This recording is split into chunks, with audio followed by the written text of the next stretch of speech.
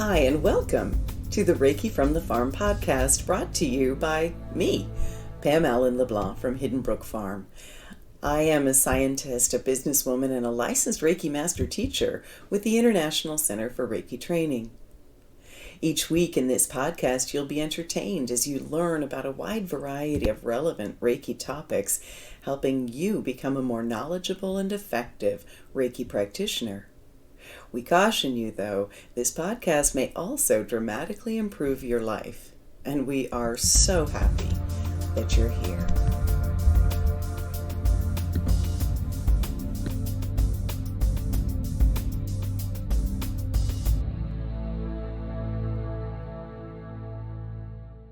On this week's podcast, I am talking with my friend, Sheila Trevors, who is not only a Reiki master teacher with Usui Reiki, Animal Reiki, ICRT Animal Reiki, as well as Karuna Reiki, but she has been called to become a death doula through Reiki. Welcome, Sheila. Thank you.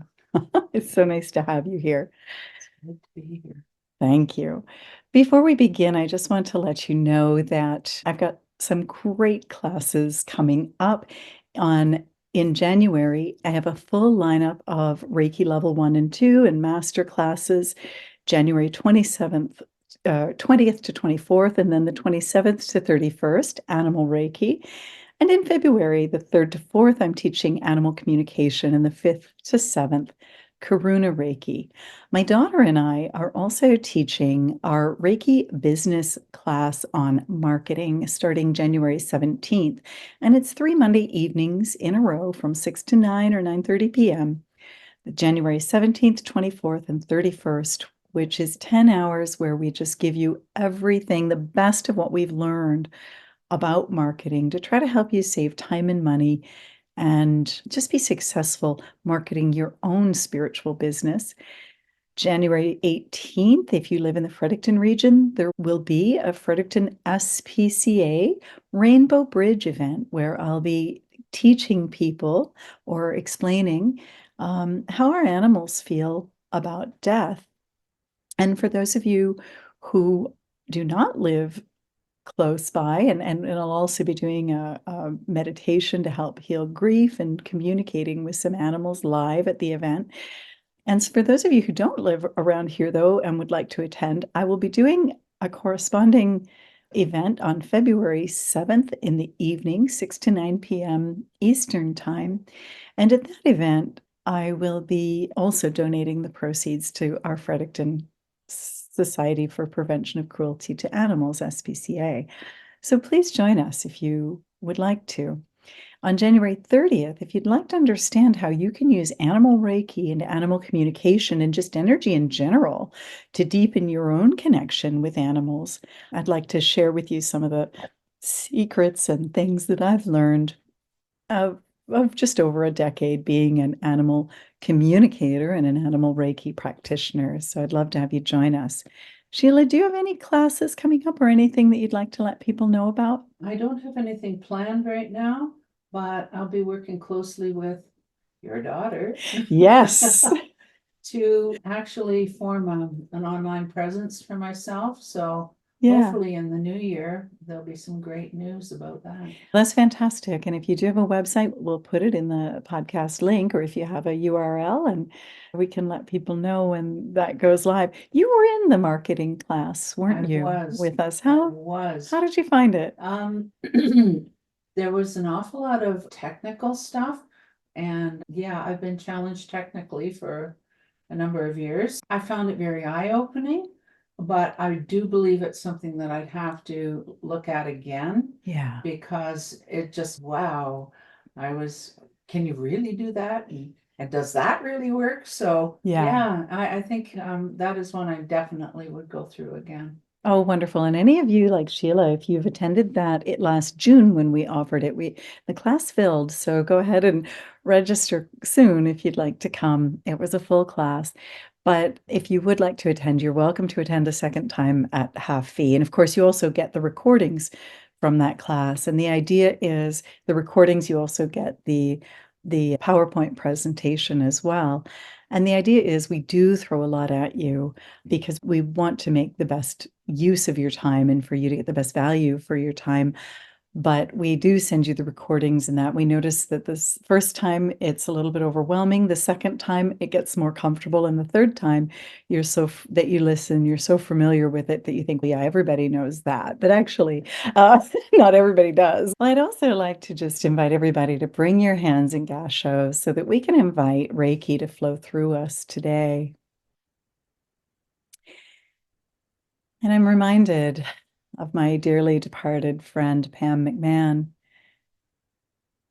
who said that the two most important breaths that we'll ever take are our first and our last. And just honoring the importance of assisting people through that very important transition, the end of life, and also just having Reiki available to help their loved ones once they have passed. And if you've ever lost anyone in your life, we hope that this presentation today brings you some peace. And just allow the Reiki to flow through your body. At the end of our presentation, we are going to do a grief healing meditation, which is something that the animals gifted us with because they don't want us to remain in grief after they pass. Take a deep breath and just allow Reiki to flow through you wherever it needs to go.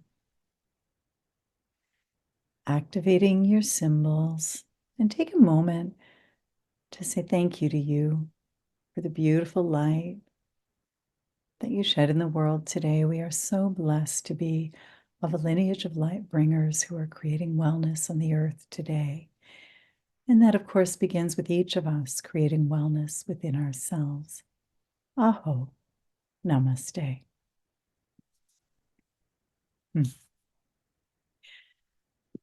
Well, Sheila, I remember you and I have been through the Reiki levels together.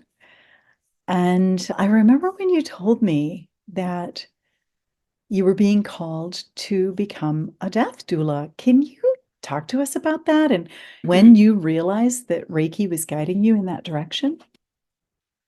Yeah, for many years, I've been doing bedside vigils with family and friends in the Caribbean, in the US, in Canada. And while I didn't really have specific training for it, I used Reiki and just trusted in the process because I've had Reiki for over 20 years now. Yep. It was absolutely mind-blowing every single time I went through it because, of course, every death is unique. Yeah. But I just kept thinking there has to be more that I can do to assist with the process. So when my best friend and sister passed, I was at her bedside and she said to me, please just be here and give me Reiki treatments, which is exactly the way it went. It calmed her, it helped with her pain management. And then one day I was walking down the hallway in the hospital, and the head of medicine, who happened to be a Buddhist as well, met me, and he was familiar with my sister's case. And he said, why are you still here? You're still here at the hospital, like all day, all hours of the day and night. And I said, I'm a Reiki master, and I feel that it's really important for me to be here with her during this time. He was really very happy. He knew that Reiki was so helpful to people in their end of life, and he really encouraged me. Then recently, I had a situation in another hospital in Hamilton where I was in the ICU with a family member who was in end of life, and I was with Reiki in the room, and using my symbols and so on. And the doctors who were in the ICU as well watched me a bit, and my friend went outside the ICU room and talked to them and said, she's here and she's doing Reiki. And they were so impressed. So they knew Reiki as well. And it just underlined the fact how important this is, and how hospitals now too are starting to recognize that this is an important thing to have, not just for end of life, but for everyone, including their staff. So yeah, that's how I came to it. I love that. And so you find that Reiki played a really big part. Oh, it was everything, It was literally. everything. Wow. It brought a sense of sacred Yes. to the room. Yeah. There was a calm and a peace, and just sacred is the word. I remember a nurse messaging me, and she worked in a nursing home, and one evening late, she was on the night shift, there was a woman passing, and she was struggling to breathe, and just it was not peaceful. And my friend, just her heart went out to her, and she thought, I'll offer Reiki if the woman doesn't want it. And of course, she wasn't verbal, she wasn't coherent at this point. It won't flow. But she just placed her hands on the woman. The woman immediately calmed down. Her breathing became normal, and within 5 minutes, she passed peacefully. And my friend she was just a brand new Reiki practitioner. She was a little freaked out. She said, is that normal? And I said, Reiki will never cause harm, and it will never go where. And she said, I know I couldn't ask the woman's permission. She wasn't cognizant enough. I just asked Reiki, only go there if she wants it. And she said, but it flowed from my hands. And it was just, she goes, but it was immediate. And she was so surprised that it would have helped that woman so profoundly, so quickly. And I just said, I'm just grateful. I don't know this woman, but I'm grateful that you were there. Beautiful. Yeah. So this isn't something that I've ever done, but I've been with animals as they've passed, but not the human animal.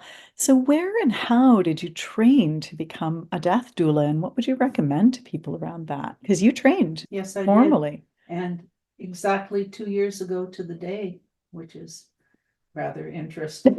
That is rather interesting. Today, 2 years ago today? Actually, Tomorrow. tomorrow. 2 years ago tomorrow. Yeah, I received my certificate, and what I did was I trained with the group is called INELDA.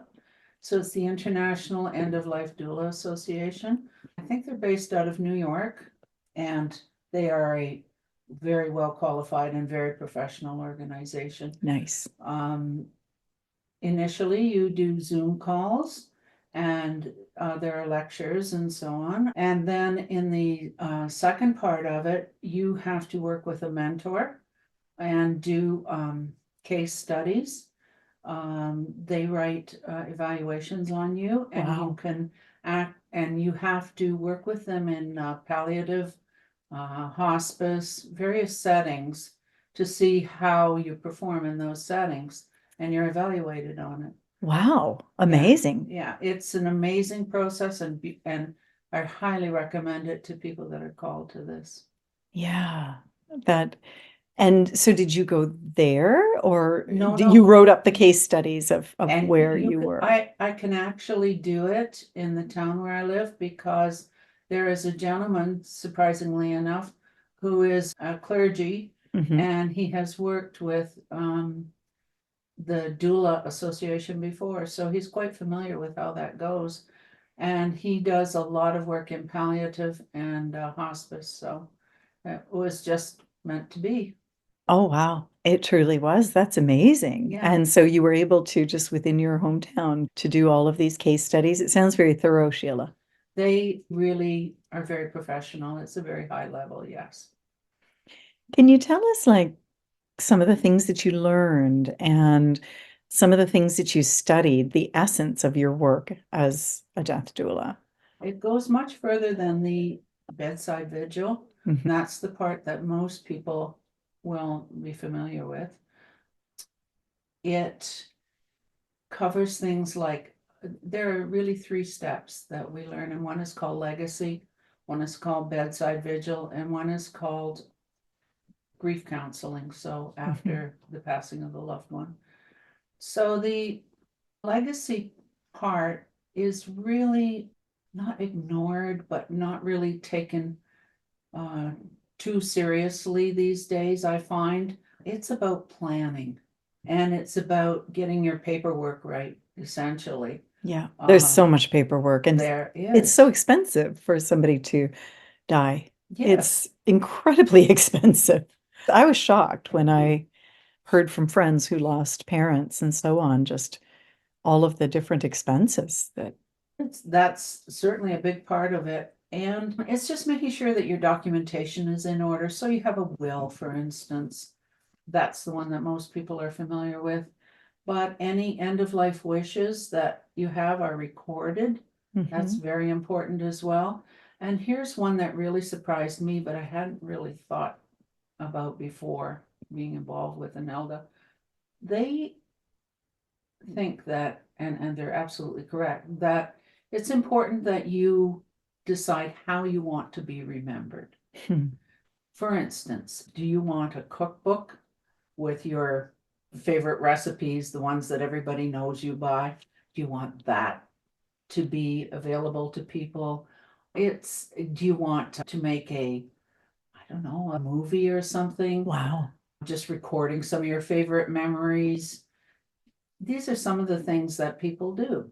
And it just gives a structure and a purpose to things, so that if you have the time, and sometimes, of course, that's not possible, but if you have the time, it really is so worthwhile, because it not only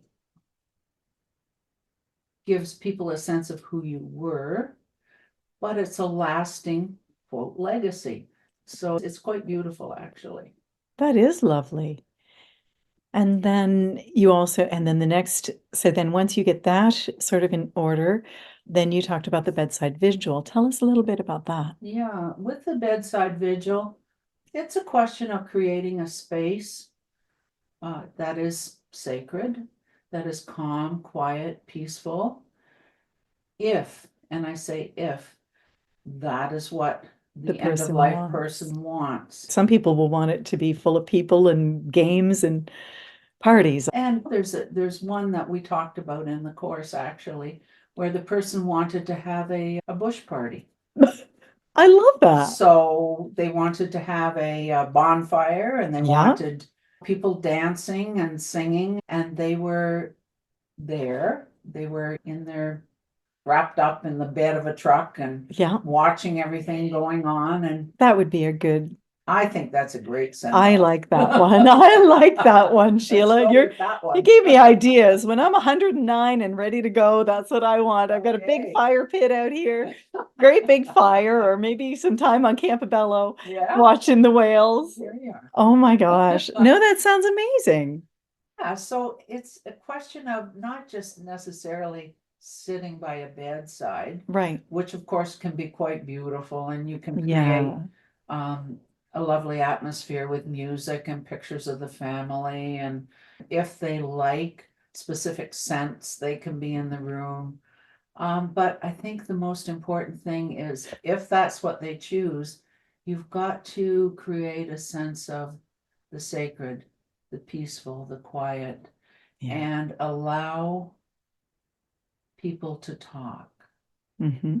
and express memories of the person. And if the person is able to speak as well, lots of times things will come out that they've always wanted to say. So it's a question of listening and compassionate listening, and not presuming that, but just compassion and listening. And for some people, they've never really been heard. These are things that they've never really said. So it's about the most important step in people's lives. And to be there to support it is indeed a wonder. Wow. It's really a wonder.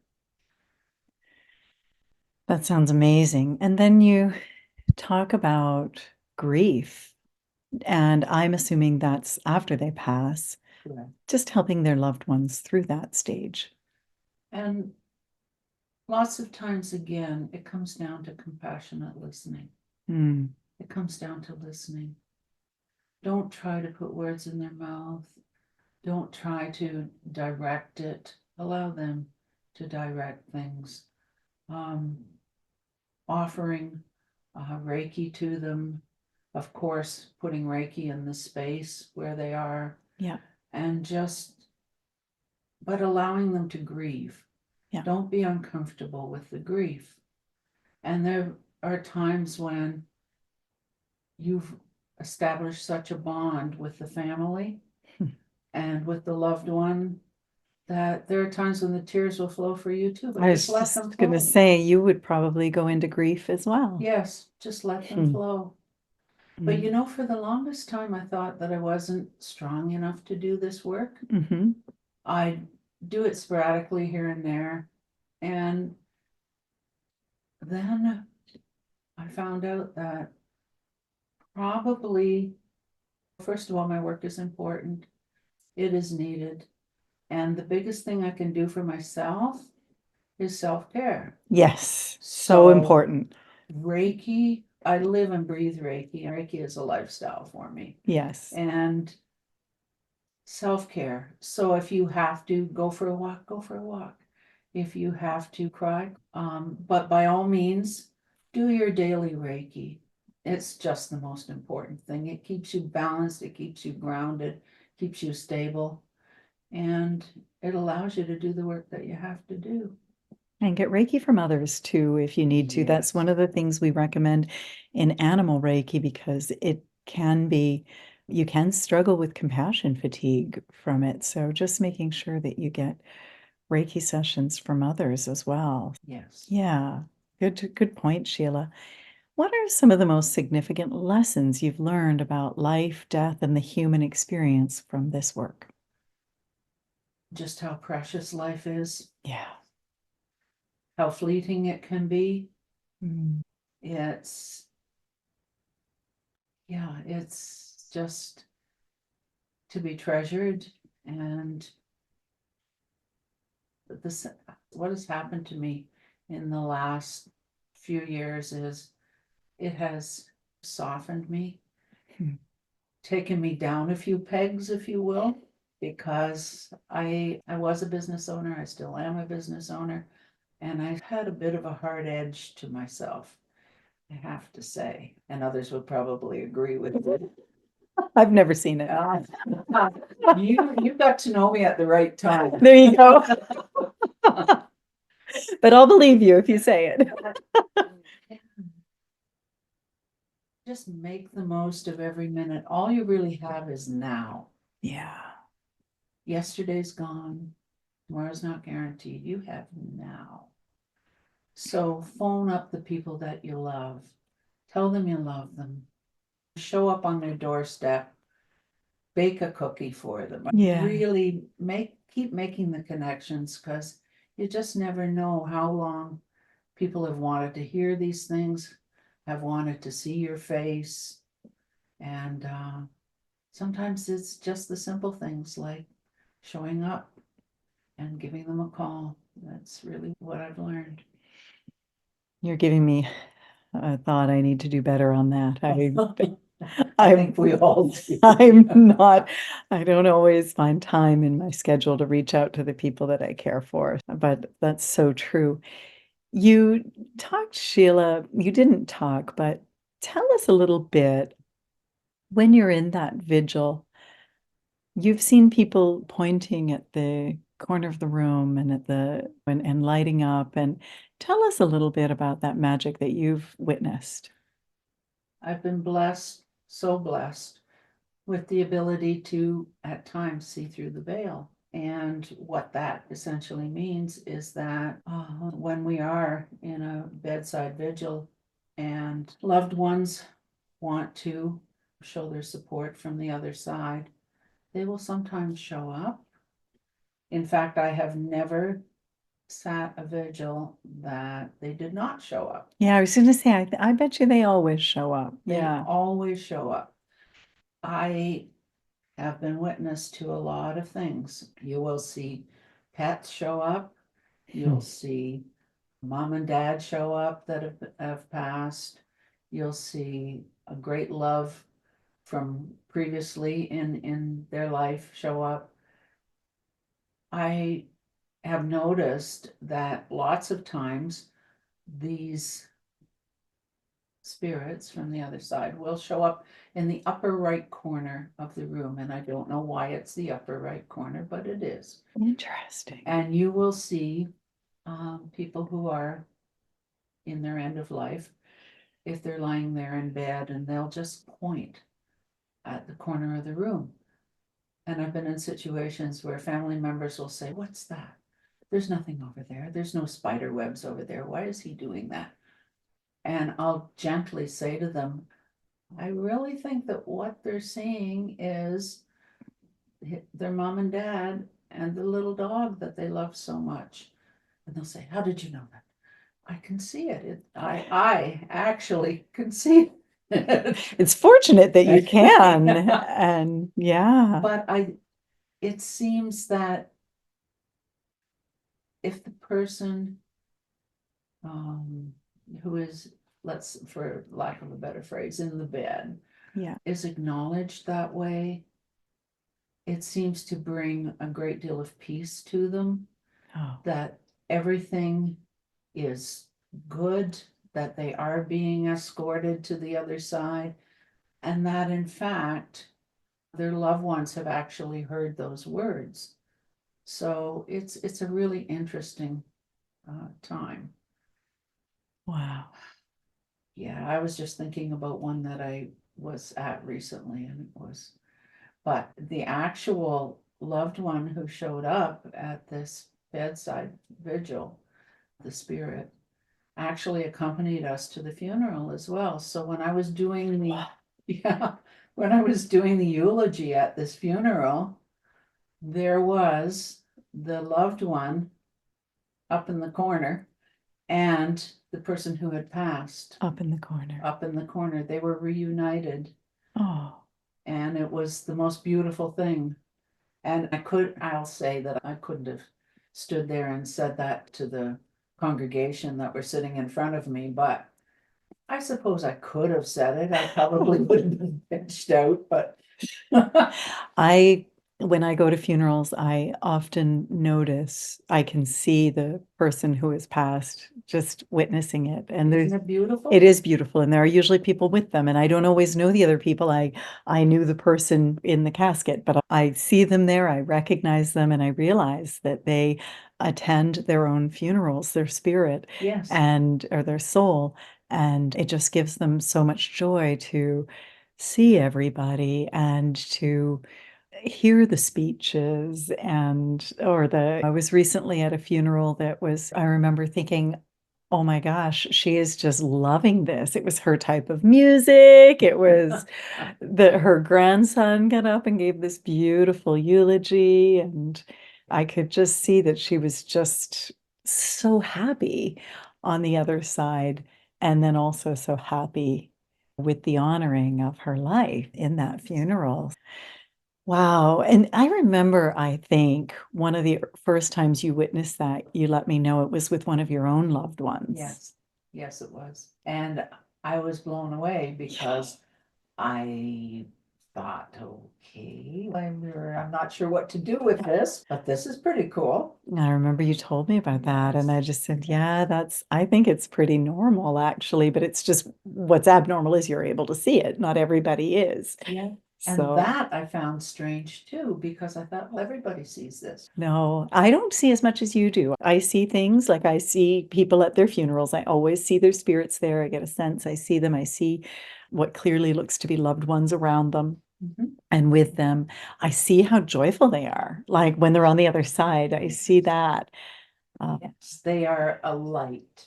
They are. They're beaming. And interestingly, I know that one of the women recently, I know she was a Christian, And I noticed that she was sitting with Jesus, and I thought, oh, she would be so happy. She must be. I knew how happy that she never would have anticipated that he would be sitting with her witnessing the funeral. But I saw the two of them together, and I could just, she was just like in awe and beaming. And yeah. So then tell me a bit about supporting people in grief, that part of it. How are you trained? What are you told to do there? It is something I haven't done a lot of. Okay. It is mostly legacy work and bedside vigil, but from what I have done, it is just simply allowing them to speak, Yeah. allowing them Okay. to talk about the loved one, allowing them to go down memory lane, and allowing them to also delve a little bit into the legacy work that may have Right. been done Right. and just understand it a little bit. And yeah, just be there for them, just listening. That's it. And compassionate listening. And of course, Reiki. Yes. Yeah. Lots of Reiki Reiki. is huge. Yes. I'd like to say something about another thing that happens as Yeah. well. I mean, Please. there are so many different kinds of death. There's hospice and there's palliative and there's sudden death but there's one as well called MAID. And it is the Oh, assisted death, death. which Yes. of course we allow in New Brunswick. Yep. Not everywhere does, but in New Brunswick we do. And I have had exposure to that. Oh, wow, Sheila. A client of mine signed up for assisted death. And it's a whole process of which I'm somewhat familiar, not totally up to date on, but through her, I became somewhat familiar with it. So she started coming to my Reiki space. I have a little room out back where it's all decorated and I do Reiki treatments and it's just a sweet little space. It is. Yeah, Pam's seen I it, of have. It's course. its own little cabin. It's Yeah, just it's so a cute. little cabin. Yeah. Yes, I have to change it from Reiki shed to Reiki cabin. Cabin. Yes. There you go. And she started coming there. I can actually see her face as we're talking about her. She's got a big smile right now.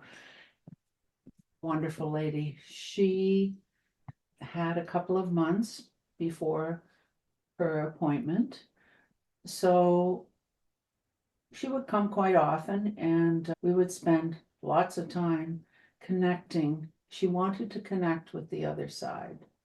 Wow. She wanted to explore her spirit guides.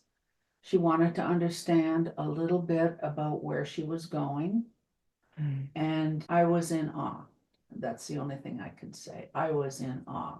The things that we saw, the things that we talked about, she had a sense of peace, a sense of joy that I don't think I've seen in many people.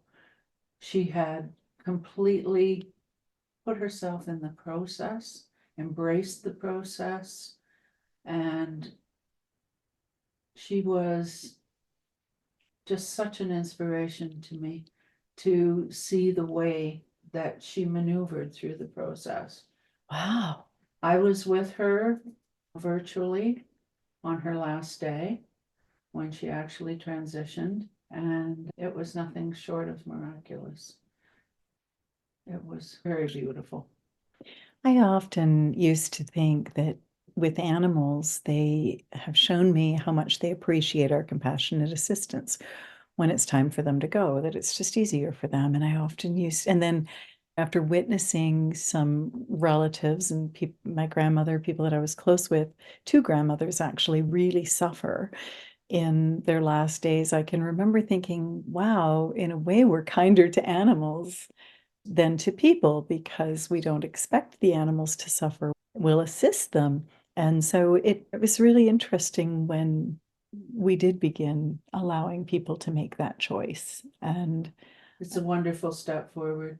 I think it is. And so beautiful that you got to be a part of that. I will never, ever forget it. And she left me with not only the wonderful memories, but she also gave me a box of her books. She was a very spiritual woman, Yes. and she gave me a box of books on spirituality. Wow. So they're all lined up on my windowsill in the bedroom, and I see them quite often. And some of them I've read, some of them I haven't, but every time I see them, I smile because, yeah, that was, I guess that was her legacy right there, because she didn't Right really there. have family around her or anything. She was more or less on her own, and it was just a beautiful thing to do. Oh, that's lovely, Sheila. Speaking on grief, I can remember one of my students who passed away suddenly and unexpectedly. And I found out, and I actually, her spirit came and her soul came to speak to me. And she said, "Look, can you go to the visitation and just let my family know that I'm okay? But not only am I okay, I'm really ready to do things over here on the other side, but their grief is holding me back. It's holding, and she showed how it's like a balloon wanting to float up, but the grief was holding her tethered. And I said, "Oh, okay, I don't know how this is going to go," but I did go to the visitation. And fortunately, her sister, who I knew was there, and her aunt, I knew both of them, and I shared it with them. And I hoped that would be all that I would need to do. But no, they said, "Oh, come tell her father and her husband what she said." And I thought, oh dear, her father, who was actually a minister, he thanked me and told me how much he appreciated it because he became aware that his grief was so all-encompassing because she was a young woman, it wasn't expected, and he recognized that he needed to turn it over to source, and her husband, the same thing. I thought, "Oh, I don't know how her husband's gonna feel about this," but he got emotional, and he said, "That makes sense to me. Thank you so much for letting me know." And the animals have shown me that too, that so often if we get too stuck in the grief, that it takes us away from remembering all of the good times and all of the wonderfulness that we shared together. So they wanted us to learn how to let go of the grief and how to process the grief. Is that consistent with what you've experienced or? Absolutely. And I think that parents who opt for euthanasia Yes. with their pets often carry the trauma of that Yes, and guilt. and guilt, horrible guilt. And that also is where Reiki can come in Mhm. and really make a huge difference as well. You have some specific meditations around that. We do. We Reiki people do. In the Animal Reiki manual, yes, they gave us a grief healing meditation, and I still have a few questions for you, but we'll go into that and share that with everybody now. And we've noticed that the mental emotional symbol or the emotional balance symbol can be very useful to help release and relieve grief, actually. So that can be helpful. But your doula work has been transitioning a bit as well. In addition to working with people, you found you've been called to work as a pet doula. Tell us a little bit about that. It is something that I really want to delve into because I feel that it's something that's not being um, serviced as a market, if you will. That's a cold and clinical way of saying it. But no, but there are no hospices for animals that I'm aware of, are there? Or No, palliative or, none that I'm aware of none that I'm either. aware of. So usually a human who may or may not be well equipped, who adores this animal and has been with them for their lifetimes, they basically have to do that care and make the decisions. And Yes. yeah, so how, as a pet doula, are you able to assist them with that? You know what? I hadn't really thought about the hospice side of things. Yeah. Wow. Yeah. Okay. I hadn't really thought about that. I was more thinking more mainstream, such as working with the pet parents after euthanizing a dear pet, Yeah. and also working with the staff in the veterinary clinics because I see them horribly traumatized. It's so hard on our medical professionals to doing that work. And sometimes they have to recommend it because of the health or the disease, the lack of health of the animal. And you're right. I have seen animal professionals just devastated with serious compassion fatigue or secondary traumatic stress disorder from having to euthanize animals. You're right. Absolutely, Mm, absolutely.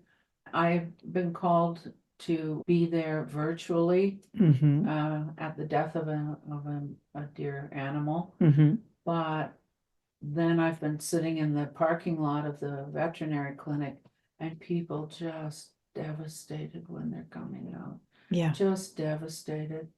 And I just, yeah, I'm called to somehow get involved with these pet parents and just do something for them because I've been there myself. I we know all you have. have as well. We all have. And it's so hard to say goodbye to someone in a furry friend or a winged friend in your family, an animal who knows you intimately, you've been together for a long time. Like it's gotta be one of the, it's just as hard as saying goodbye to a human friend. It's very difficult.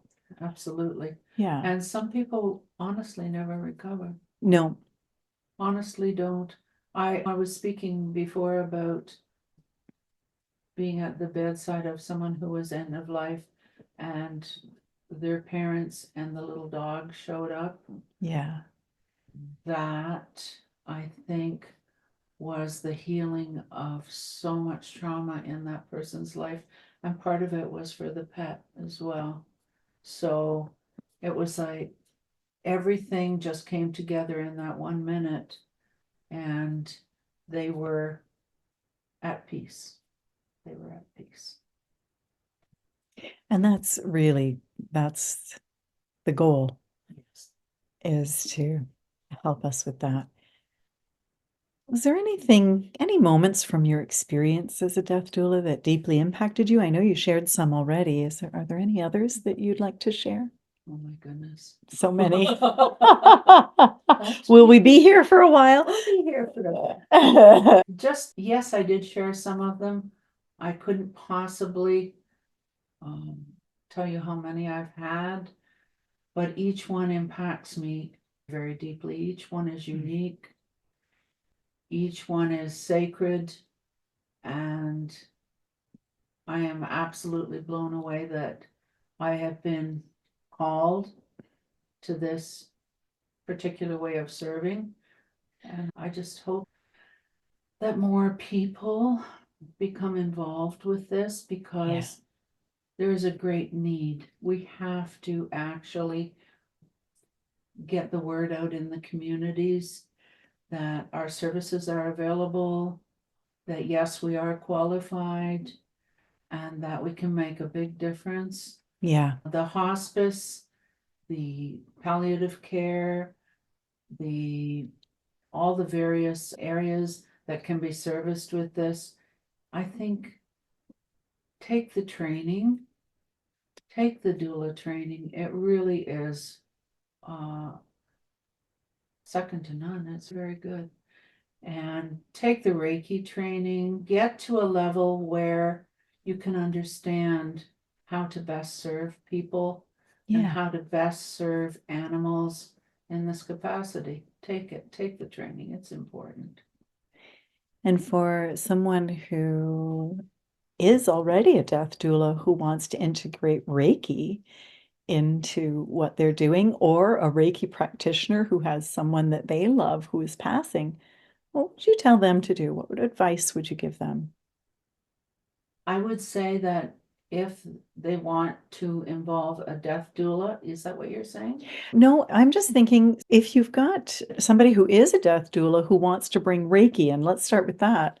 How would you tell them to do that? They can either contact a Reiki practitioner and interview someone who might be able to assist them. Yeah. But even better if they could actually take the training Do the Reiki themselves training. and go on the ICRT website, find someone in their area Hmm. who is teaching and actually get the training, because the two work hand in glove. They're really, really great synergy. I would expect that they do work so well together. And now say somebody has a loved one who's passing and they may not be trained as a doula, but they have Reiki. What would you encourage them to do? They can also, I believe Anelda now has a directory that they can consult, and there aren't an awful lot of us out there, No. but there are some. And you can take a look and see if there is anyone available in your area. Hmm. And then again, interview them, see if it's a good fit for you. Because there are And bring various them in. personalities, and bring them in. But the Exactly. sooner the better, because chances are you're dealing with a finite Length of timeline. time. And what would be a good timeline if you were going to involve a death doula in what you're doing, like in somebody who's passing? When would you recommend that they get in touch with them? If you follow the standard model and want to do legacy work, Hmm. that can start at any time. It can Hmm. start when someone is actually well, Hmm. and find a doula who can guide you through the paperwork, Hmm. guide you through your end of life wishes, and make sure everything is documented, and then actually set up a legacy project like the cookbook, Right. like the movie, Right. whatever, however you want to be best remembered. Yeah, You might set up a trust or donate or yeah. that's a very good idea too. Yeah. Beautiful.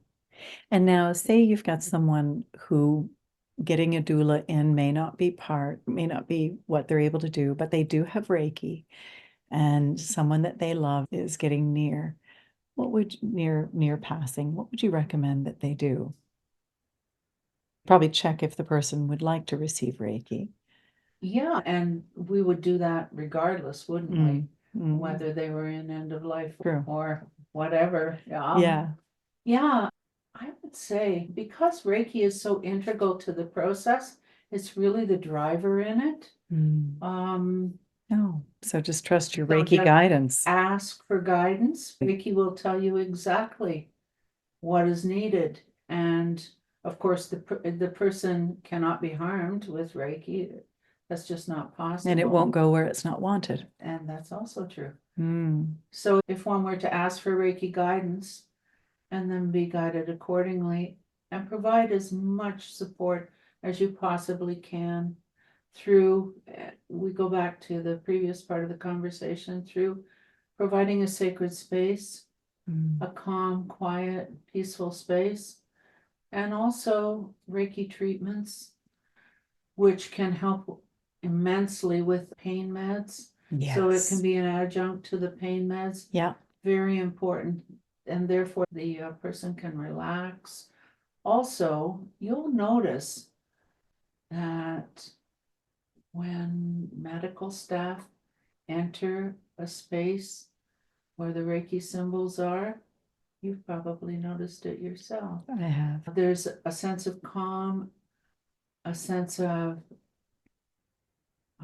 just respect and compassion. And that everything's going to be okay, Yes, isn't it? yes. There's not this, not sadness, of course there's sadness, but there's not this deep grief that follows them around. It's a really important thing. It is. I know the animals had told us, and I feel that this is similar for humans, just about the importance of allowing the grief to, allowing it to let go, to process. And one of the ways to process it very efficiently is through Reiki, because so that we don't hold our loved ones tethered and also that we don't hold ourselves back. And one of the things that the animals told me, Sheila, is while you're busy missing me, you're forgetting about all the joy we had together and all the life lessons we learned. And that was really the point of our time together. My death was really a small part of it. And I don't know, the animals have told me so much about what's on the other side. So January 18th and February 7th online, If you'd like to learn more about that, I would love to have you join us and support the Fredericton SPCA. Do you see the role of death doulas evolving in society today? And how can we create a more compassionate, open dialogue about death and dying? It's something that, nobody wants to talk about. And my parents, every time we go home, they're like, what do you want when we go? And we want you to do this and you to do that. And we've got our wills and we bought and we're like, guys, we don't want to talk about that. But really, it's important to talk about that. So what guidance would you give us there? And do you see the role of the death doula evolving? Of course, death is part of life, It is. and that's not trite, that's a fact. It's a circle.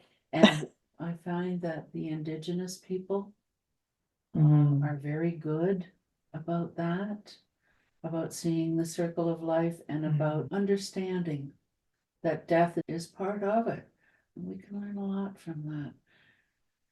I think too, and this is a little controversial, but why not? Why not? I think that the earlier that children become aware of this and maybe a bit involved, if family members are ill,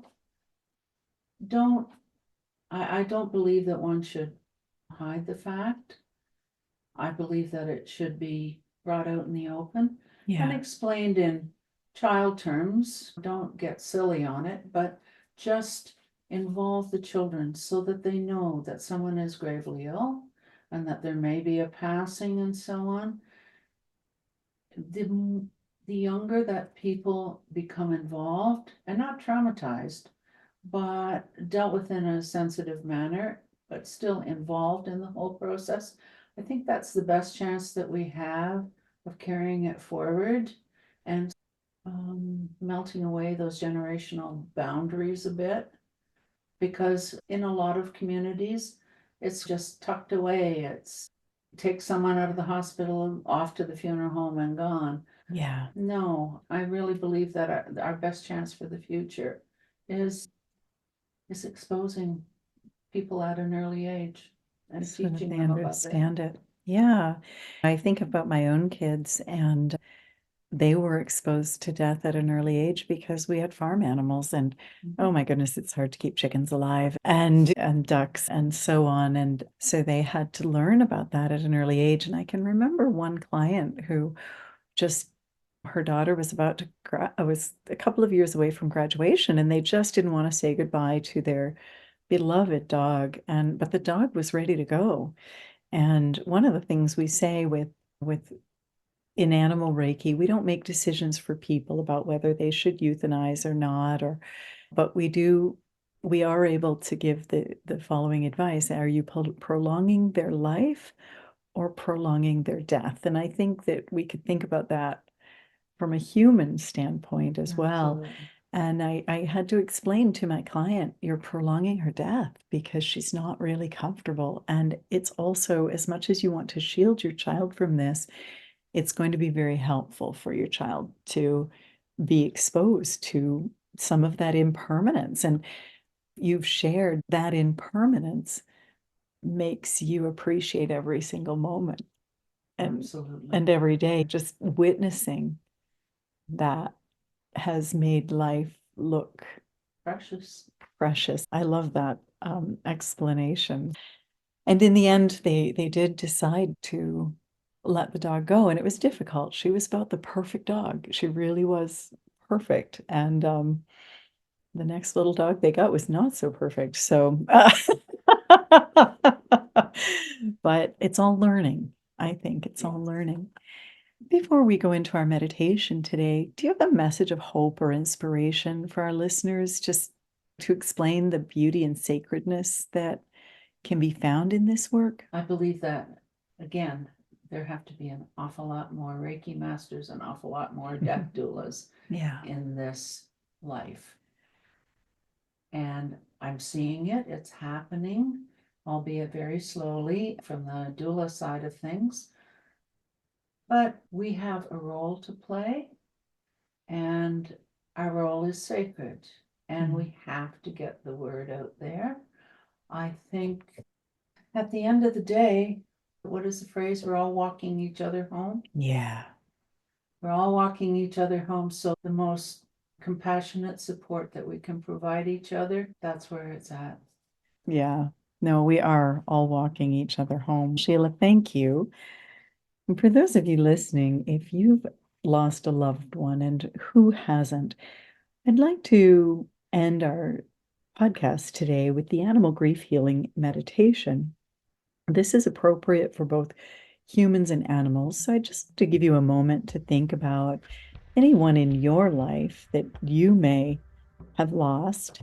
And if you have Reiki, go ahead and activate your Reiki hands and place Reiki symbols around you. And just do a short gasho meditation with your hands together at your heart space, just inviting Reiki to flow.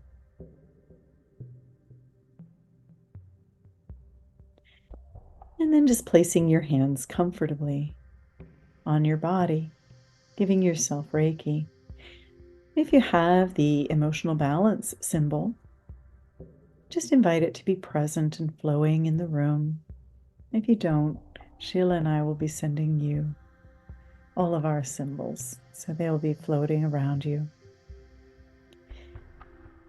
We ask Reiki to surround any people, animals, or deceased loved ones that are experiencing grief.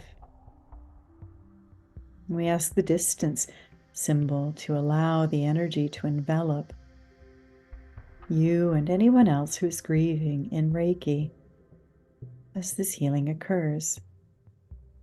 And if there are any enlightened beings, angels, archangels, brothers and sisters of the light, divine animals that you feel close to, invite them to be present with you as well. Make yourself comfortable and close your eyes as the light of the earth, the light of the divine beings, and the light of creation surround you now and fill your breath. We invite the light of Reiki to flow around you and through you and any loved ones who are experiencing grief. Take a moment to acknowledge the loss of your friend, whether they're two-legged or four, winged or finned. It's natural to feel grief when you lose someone you love. So healthfully acknowledge the grief that you're experiencing for a moment in order to make it easier each day in the future. And if besides grief we are burdened by life events with our loved ones because of loss or worry or any physical, emotional, spiritual injuries, these are all released from us through the light and grace of forgiveness now. They travel out on your breath and into the light and power of love where they're healed all the way back to their original cause. We take a moment to send love and Reiki to your loved ones who have passed. And we ask that the love and Reiki assist them in making a smooth transition to their next phase, whatever that phase might be, in the afterlife. Understanding that while we miss them, we also wish them the best that the afterlife offers. We take a moment in gratitude that our loved ones have been released from pain and suffering, and also in gratitude if there were wonderful and compassionate professionals that assisted them toward the end or assisted us in this most important journey. But most importantly, we are thankful for the time that we had with these special beings while we were on our earth journeys together. I invite you now to think back to a time when your loved one or loved ones were at their most vibrant and healthy, and to just remember some of the wonderful times that you experienced together.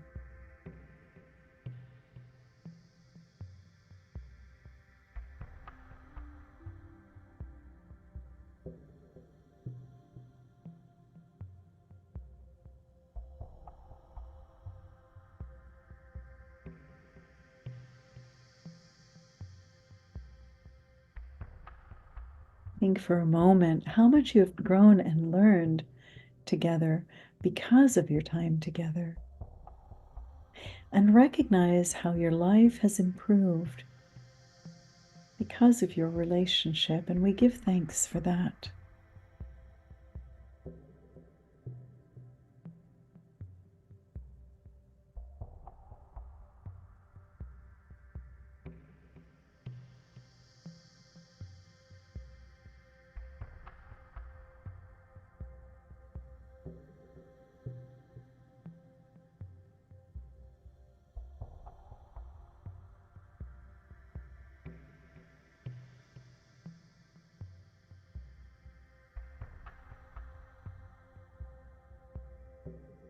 We acknowledge now that as we allow our grief to heal, we will then connect with our loved ones again differently, from a different place, and this we embrace.